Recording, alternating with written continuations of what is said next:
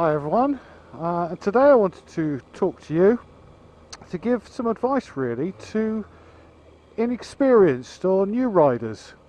The reason I want to do this is because just a couple of days ago, unfortunately, I witnessed a new inexperienced rider have an accident on his Honda CG125, one which, if I'm honest, I think was completely avoidable. Fortunately, low speed, wasn't hurt too badly, the bike wasn't damaged too much. It kind of made me reflect back to the time when I was learning to ride, when I'd first just chucked my leg over a bike on the road for the first time, and I really could relate to it. So an incident that happened out near Bracknell. It's on a bit of dual carriageway in between a couple of roundabouts, national speed limit. Weather conditions were, it stopped raining, but it had been raining. It was very slippery, greasy, kind of just damp, those horrible sort of conditions. This young guy on L plates went a bit too close on the inside lane of this two-lane road, got a bit into the verge on the side, and I don't know whether or not it was just kind of losing grip on the front or saw that he was going too far over, and whether he grabbed a fistful of front brake and tucked the front in, but ended up on the road, bike underneath him, slid off. As I said, fortunately very low speed, only about 20-25 miles an hour, but entirely avoidable. And I'll actually see if I can get some video of the spot where it happened, just to show and illustrate. So before I get to the advice that I wanted to pass on, just also wanted to point something out, that this guy unfortunately came off. There's a fair bit of traffic around, lorry, number of cars, myself, happened, loads of people saw it. No one stopped to see if he was alright or anything, they just carried on their merry way straight on up. It was only me that saw it happen, pulled over, helped him pick the bike up, made sure he was okay, just calmed him down, because anyone who's come off will know your adrenaline is absolutely coursing. I thought, God, maybe in London I wouldn't be so surprised. It's a bit of an unfriendly city at times, but outside of London I was genuinely surprised that no one really took the time or effort to stop and help out. There's the one thing I do like about bikers, everyone does tend to look out for one another. So the first bit of advice is know your limits, know your experience level, and treat it accordingly. This guy had not recently got his CBT. He was on a trip from London to Chippenham, which is in Wiltshire. So I mean, I was looking at it, even if you lived on the west side of London, you're talking about a 100-mile journey. You're on L plates, so you can't use motorways, so you're going to be on a lot of national speed limit single carriageway country roads, which statistically they say are the most dangerous. If you've only been used to riding on roads around in a city like urban London, is it really the most sensible thing to embark on a 100-mile ride right out to the west part of the country? Build yourself up gradually and slowly. Build your experience levels. Firstly do it on roads that you know. Get to know roads so you can get used to the whole thing. Riding a bike is not like driving a car. You have to concentrate far more, and there's a lot more going on in terms of the controls and road hazards and such like. There's always got to be a first time for everything, but build yourself up to it. The second thing is get some more training.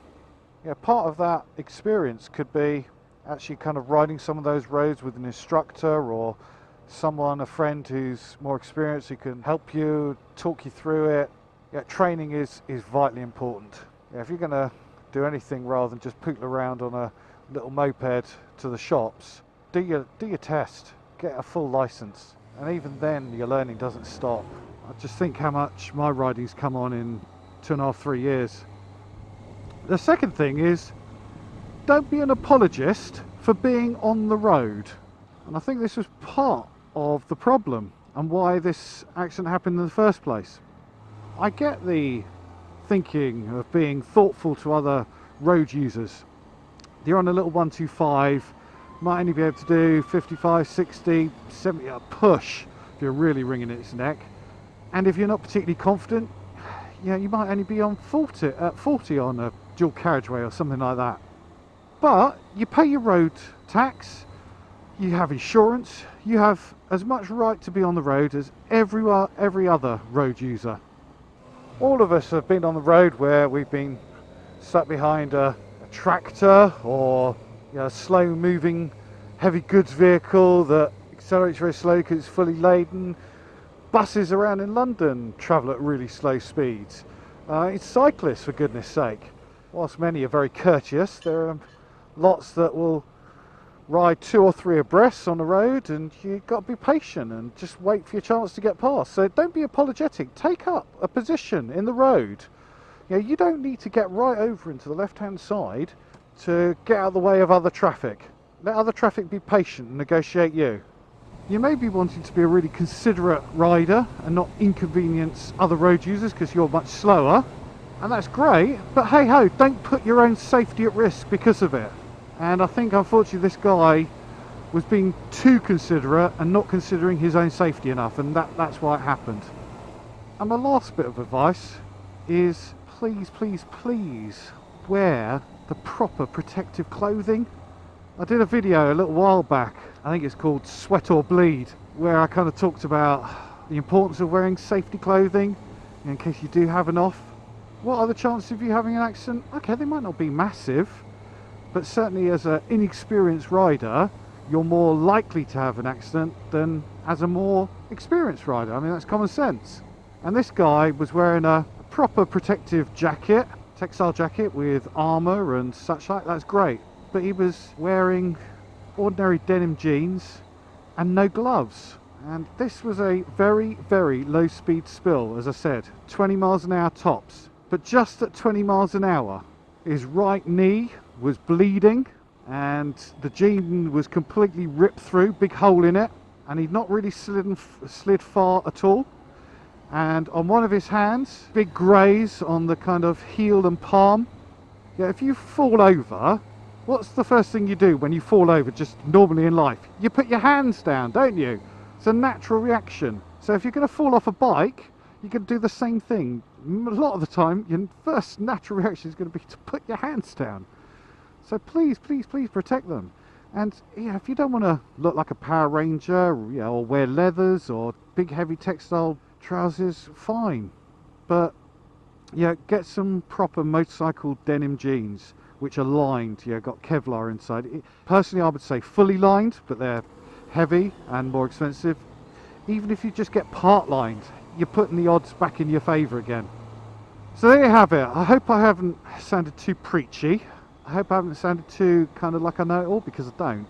But my 3 things there for inexperienced or new riders: know your limitations, build up your experience, your training. Never ever compromise your safety. Even if you're trying to be helpful to other people, just don't do it. Just think you're the most important thing on the road. And thirdly, stack the odds as much in your favour as possible. If you are going to have an off, and pretty much anyone who rides bikes will say to you, there's a good saying that it's not if you have an off, it's when you have an off. Wear the right protection, give yourself the best chance. You can replace a bike, you can replace leathers, you can replace a helmet. Very difficult to replace a load of skin that comes off. I hate to think what that bloke's hands and knees would have been like if he had to come off at 40 or 50 miles an hour rather than 20 miles an hour. So there you have it. Ride safely, keep well, and speak to you again soon. Cheers now. So here it was. We'd come from over from the right here, carried straight across the roundabout. And what happened is come across here onto this bit here like this, as you can see, and actually there you go. You can see just there, just down right there, the tyre marks going through, and I managed to come off and boom, and slid down just this bit here. So you can see the road,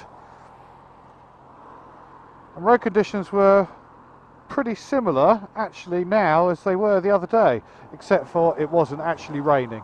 It had stopped raining. But you can see there's no need whatsoever to come across, and you shouldn't be across the solid white line anyway, but he was pulling across this way kind of just to, because there was a lorry behind, there was lots of traffic. It's a dual carriageway, people can get past.